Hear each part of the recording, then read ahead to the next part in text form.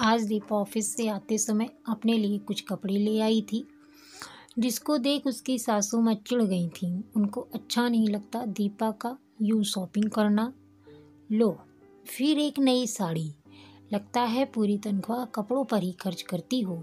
अलमारियाँ ठूंस ठूंस कर भरी हुई हैं, लेकिन मन नहीं भरता है। वैसे कितनी तनख्वाह मिलती है तुम्हें बहू?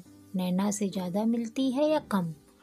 ऑफिस जाने के लिए निकल ही रही थी दीपा को टोका सासू माँ ने।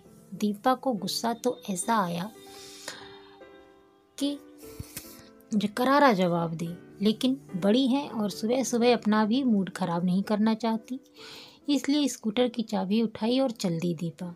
देखा, घमंड तो इतना है कि जवाब तक नहीं देती। उधर मेरी बेटी है, सादगी और विवेकशीलता का दूसरा नाम। इतने बड़े पद पर है, लेकिन गिनती की साड़ियाँ रखती है। बड़बड़ाती हुई लहसुन छीलने लगी सासू माँ, और बेटा भी नहाने चला गया। उनकी बात को अनसुना कर यह लीला देवी है, जो अपने बेटे करण और बहू दीपा के साथ रहती हैं। एक बेटा और एक बेटी और हैं इनके, जो इसी शहर में रहते हैं और आते जाते रहते हैं, जैसा कि ज़्यादातर घरों में होता है। जिसके साथ रहते हैं उससे कभी संतुष्ट नहीं होते वृद्ध लोग। लीला जी उनमें से एक हैं। रहती दीपा के साथ हैं, लेकिन अच्छी लगती है दूसरी बहू और बेटी नैना। दीपा एक प्राइवेट कंपनी में नौकरी करती है। बड़ी शौकीन और खुशमिजाज औरत है। वह कड़ी मेहनत करती है और खुलकर जीती है।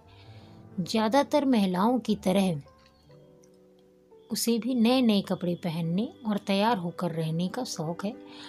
अपने पैरों पर खड़ी है और समझदार भी, इसलिए पतिदेव भी कोई आपत्ति नहीं जताते। लेकिन सासू माँ उन्हें बिल्कुल पसंद नहीं उसका यूँ कपड़ों पर खर्च करना। ऐसा नहीं कि ज़रूरत से ज़्यादा खर्च करती है या सिर्फ अपने बारे में सोचती है, लेकिन कपड़ों को व्यवस्थित रखना भी एक कला है जो बहुत अच्छे से जानती है दीपा।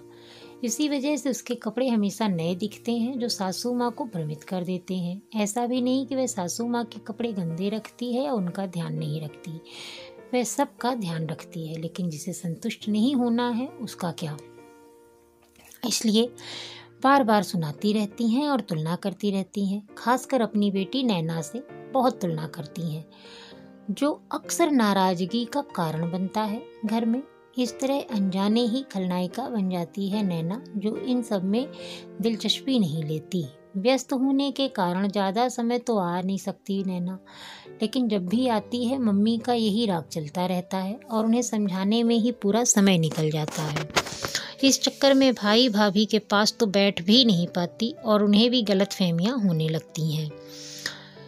आज निकल रही थी तो मिलने आ गई। ऐसी गलतफहमियों की स्थिति में समझदार बेटियां भी नहीं चाहती कि भाई भाभी की अनुपस्थिति में मायके जाएं। लेकिन माँ ने कोई दवाई मंगवाई थी और भाई भाभी के आने में भी ज़्यादा समय नहीं था, इसीलिए चली गई। माँ भी खुश हो गई। मन की बात जो भी हो, बेटी से तो कहती ही है माँ। उन्हें तो आज सुबह से ही खुजली हो रही थी मुंह में, इसीलिए शुरू हो गई। पता है आज फिर नई साड़ी पहनी थी, 1000 से कम की नहीं होगी। उस पर तरह तरह का मेकअप, पता है। 15 दिन में ब्यूटी पार्लर जाती है। तुम भी तो उसी की उम्र की हो, फिर भी इतनी विवेकशील हो। लेकिन उसे तो लगता है घर ही नहीं सोचता, न पैसा बचाना न सही जगह लगाना, बस उड़ाना। पता नहीं इतने कितने रुपए कमाती होगी। तुम्हें पता है कुछ, क्या तनख्वाह मिलती होगी उसे? मेरी तो किसी बात का जवाब नहीं देती। नाराजगी से बोलती जा रही थी मम्मी। फिर शुरू हो गई आप? कितनी बार बोला है कि यूँ किसी की तनख्वाह नहीं पूछते। कितना कमाती होगी तभी तो खर्च करती होगी। मुझसे और आपसे तो नहीं मांगती। फिर सबका अपना अपना शौक होता है। मुझे बचपन से जानती हैं आप, कोई शौक नहीं है मुझे सजने संवरने का। लेकिन इसका मतलब यह नहीं कि सब मेरे जैसे हों। उल्टा मैं अलग हूँ नॉर्मल औरतों से। जिस तरह आप अपनी बहू को सुनाती हो कि खर्च करती रहती है और नखरे करती है, उसी तरह मुझे ये कहते हैं कि कंजूस हूँ। पर क्या करूँ, ना पसंद है ना आदत, इसलिए बोलने देती हूँ। नैना ने जवाब दिया, अरे शौक पूरे करने से कौन मना करता है, लेकिन बचत भी तो कोई चीज़ है। ऐसे ही चलता रहा तो बुढ़ापे के लिए क्या बचाएगी? पता है, उसकी उम्र में मैंने खुद की बचत से 10 तोला सोना खरीदा था और ये कपड़ों में उड़ा रही है। आपने सोना भी अपने शौक के लिए खरीदा था ना। जैसी खुशी आपको सोना पहनकर होती थी, वैसी उसे इन सब चीज़ों से मिलती है। कौन कहता है कि वह बचत नहीं करती। आपने इस उम्र में अपना घर बनाया था, उसने बना दिया है।